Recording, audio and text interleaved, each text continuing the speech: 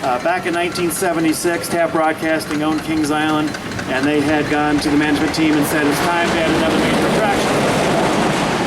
The racer had been the marquee attraction through the first 4 seasons, very popular, but they wanted to add another roller coaster. So at first the management team in the park, they thought, it'd be great to rebuild the Shooting Star, which had been at Coney Island. A real popular ride, guests missed that. But the more they thought about it, they said that's going to be great for nostalgia purposes, but that's not what we need to do here. We have an opportunity to build something bigger, faster, better than anything else anyone else has. So they went around the country and they rode different roller coasters, took some of the best elements that they liked.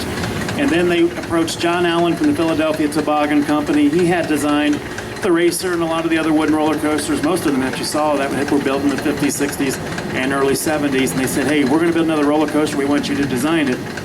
Well, John told Kings Island, he said, I'm very interested. I'm not interested. I'm flattered that you want me to do it, but I'm not interested because I'm getting ready to retire. I can't take on a project like that right now. Well, Kings Island didn't stop there. They thought, well, if we bring John out and we show him what we want to do, we show him the area he has to work with, he's going to want to build this coaster. We'll stop for a minute while the train goes up.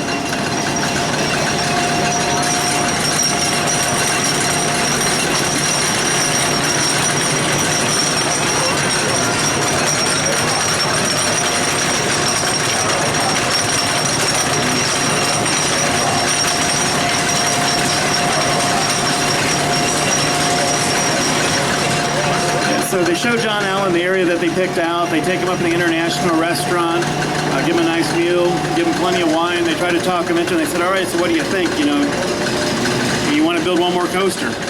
And he said, sorry guys. He said, I just can't do it. I'm getting ready to retire. I'm getting up there. And he said, I can give you some names of some people that can do it for you. And he goes, I'll tell you what, you guys can actually build and design it yourself. So he took the menu and he wrote down the formulas for designing a wooden roller coaster, and he gave it to the executive and said, here, you guys can just design it yourself. So the next day they go down to our carpenters and engineers and they said, John Allen says we can do this ourselves. What do you guys think? They look at it and they're like, yeah, we think we can. It's no different than building a railroad or expressway. Sure, we can do that. So they start to begin the process of designing it. Al Collins was the chief designer, Jeff Gramke, who's still here today. They were the two designers of it. Everything was done by hand calculations, no computers back then. Design the coasters. They had to come out, they surveyed the land, they go back in, the next 10 feet that they had and go draw different things in the coaster. There were some things that John Allen had given them on formulas that they thought, well, we'll tweak this a little bit and do a couple things different. If they came across a tree they wanted to keep, they'd go back and design again. But that became a little bit of a project in itself, because then every time you change something, you have to go back and change it again. So it was taking too much time, so they just decided we'll just have to move out some of the trees we want to save. But they had 35 acres to work with.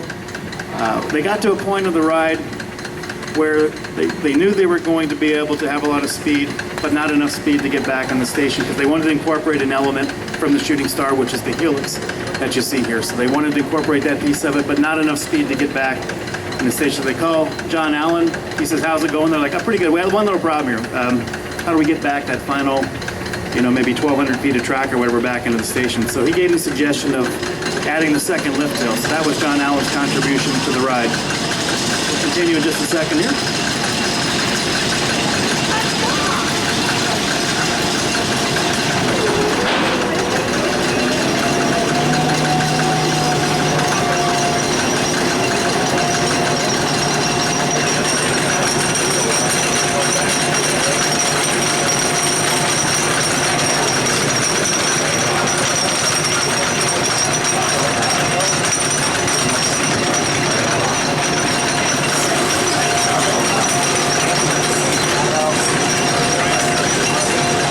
So it's 1976, they start designing.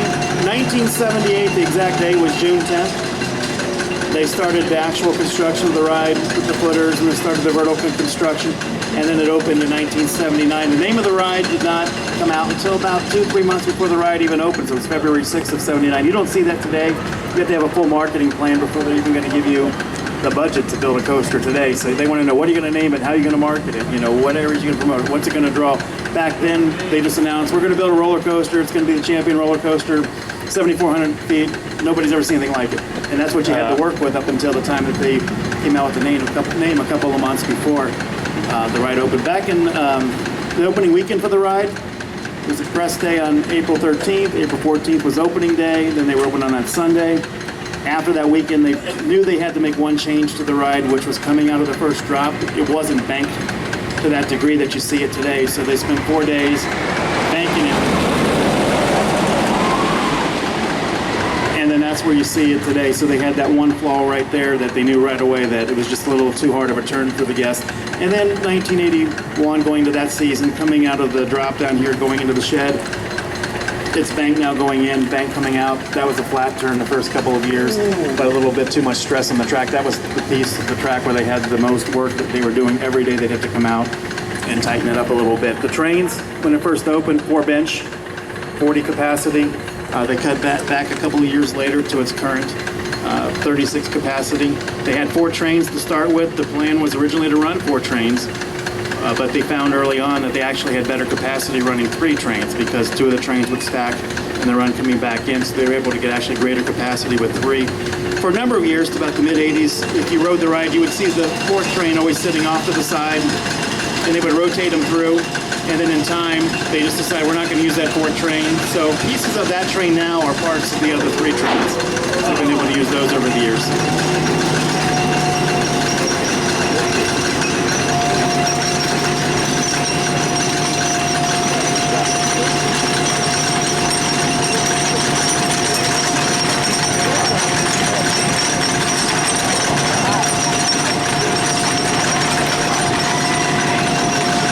One of the major questions that we get or we hear about a lot is everyone tells us, oh, you've ruined the beast, you've put a lot of trim brakes and things on it. It's always had brakes in the same exact areas that you see it today. It's just that those are different types of brakes now. They were skid brakes like originally, so it kind of gripped a little bit different. So when you're going through the shed, it now is maybe a little more abrupt at the end of it. Before it would have more of a little bit gradual, but you still ended up about the same speed. Now, sometimes people say you slowed it down. It feels slower to you because this was the fastest coaster out there for a number of years. Now you've ridden 325 going 95. You've been on top thrill dragster 120. But you go from 120 to 60, yeah, it's going to seem like this should slow down for you.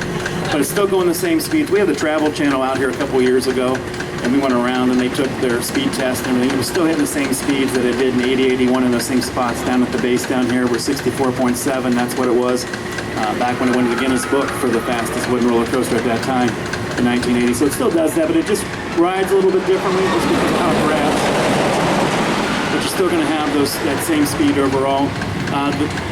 The length of the ride, the time a little bit longer now because it takes you a little longer to go up the lift hill. Sometimes the speed's going to change. You might go a little faster, you might slow down, you might temporarily stop for a few seconds.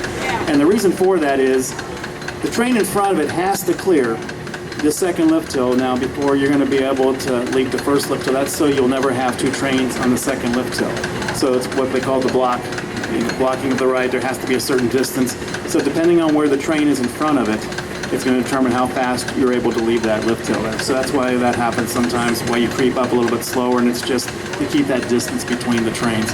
That wasn't like that when it first opened in 79, 80. They still had the blocks and things, but you could leave the first lift hill. In fact, I was on a train one time, early morning ride, near the top, got stopped. The other train had already left the hill and came around, was at the bottom. So that can no longer happen just now with the way it's set up with the blocks. So that's why you have those different patterns. So right now we'll take any questions anyone may have about the beast. But real quick, one other thing. The name of the beast. Give you a couple of minutes to think where you think that name came from.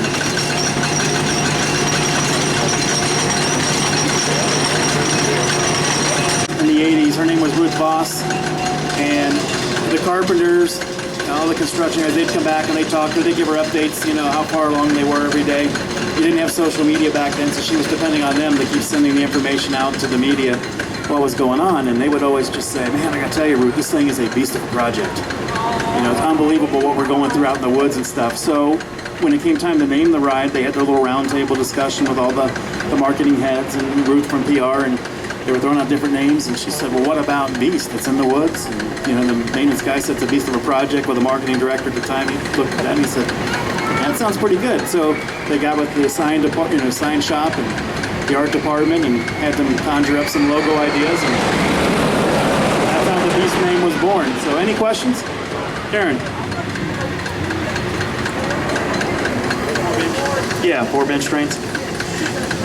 That was right after the 1980 season. Went down to the the four. Because you can tell in the station where there was that one time there was that fourth, because it doesn't always line up straight, so they got the little arrows. You have to go a little bit different, but it just was a little bit too much weight on the structure, and it didn't make the turns as well as they wanted it to. Any other questions? Yes. The chain, not too often. I mean, you might change a couple of links in it, like over the winter, but not too often. I mean, it holds up pretty well with it, so yeah. I mean, it's not as often as you would think. We've had more, like Vortex has been changed a couple of times. This one, not very often.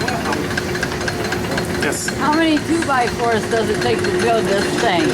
That's a great question. I don't know. I could tell you how many. I could find out how many board feet and everything because I got all that information. But it is a lot. If you were to build this today, it cost $3.5 million back in 1978 when they started construction.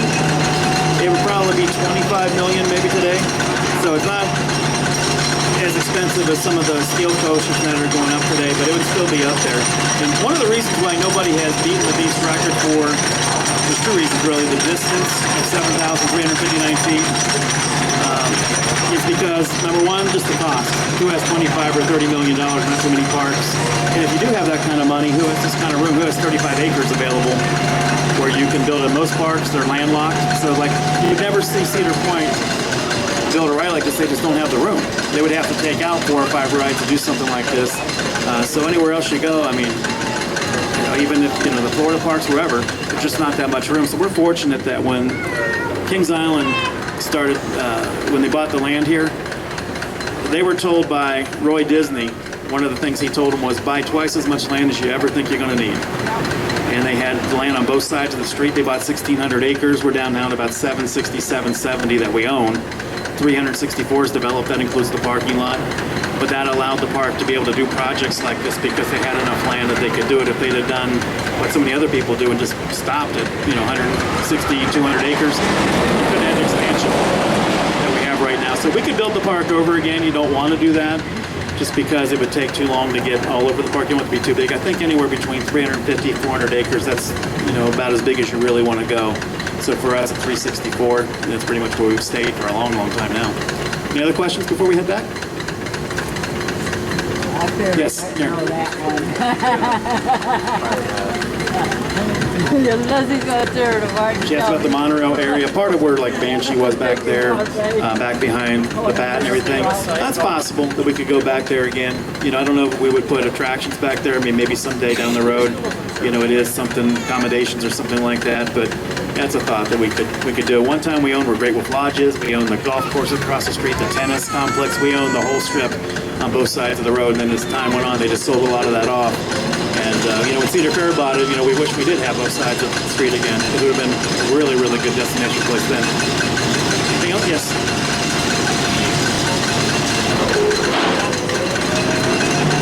How much for the 2017 track? Well, right now it's not even the size of a backyard if you look behind that fence. So, right now there's still a lot of 2016 left to work with. So we'll start looking at 2017 later this summer. But right now we can go behind there. We could put a couple of picnic tables down. We could have our associates could have their lunch and things right back there right now. There's room that's available. So yes. No, not at all. I mean, the trains are in great shape. They get, every year when the state of Ohio checks them out, I mean, they get totally dismantled during the winter and then rebuilt. So they're almost like brand new trains every year anyway. And I mean, it's perfect for this ride. We've had no issues with them. We have a great relationship, with Philadelphia Tobogganet. So I don't think that you'll see the trains upgraded anytime soon on this one. I mean, there's no need to. I mean, it's not a problem. Sometimes when you change the trains because they're too heavy for the track or something like that, that's not been the problem here with this ride. So your dinner tonight, in case anyone missed it, is in the Picnic Grove. And it'll be at 5:30. Dennis Spiegel will be the guest speaker. Dennis started here at the park when it opened in '72. He came over from Coney Island. He was the assistant park general manager. A few years later, if you watch the movie Roller Coaster, he has a role in that movie. So, a lot of fun to listen to. He'll talk a little bit about his Kings Island days, but also talk about the industry, where it was, where it is now, and where he thinks it's going. So it should be a pretty entertaining presentation. He says he's got about 60 slides to show everybody, so it should be a lot of fun. So right now, we'll have David and Becca take you back out. Hope you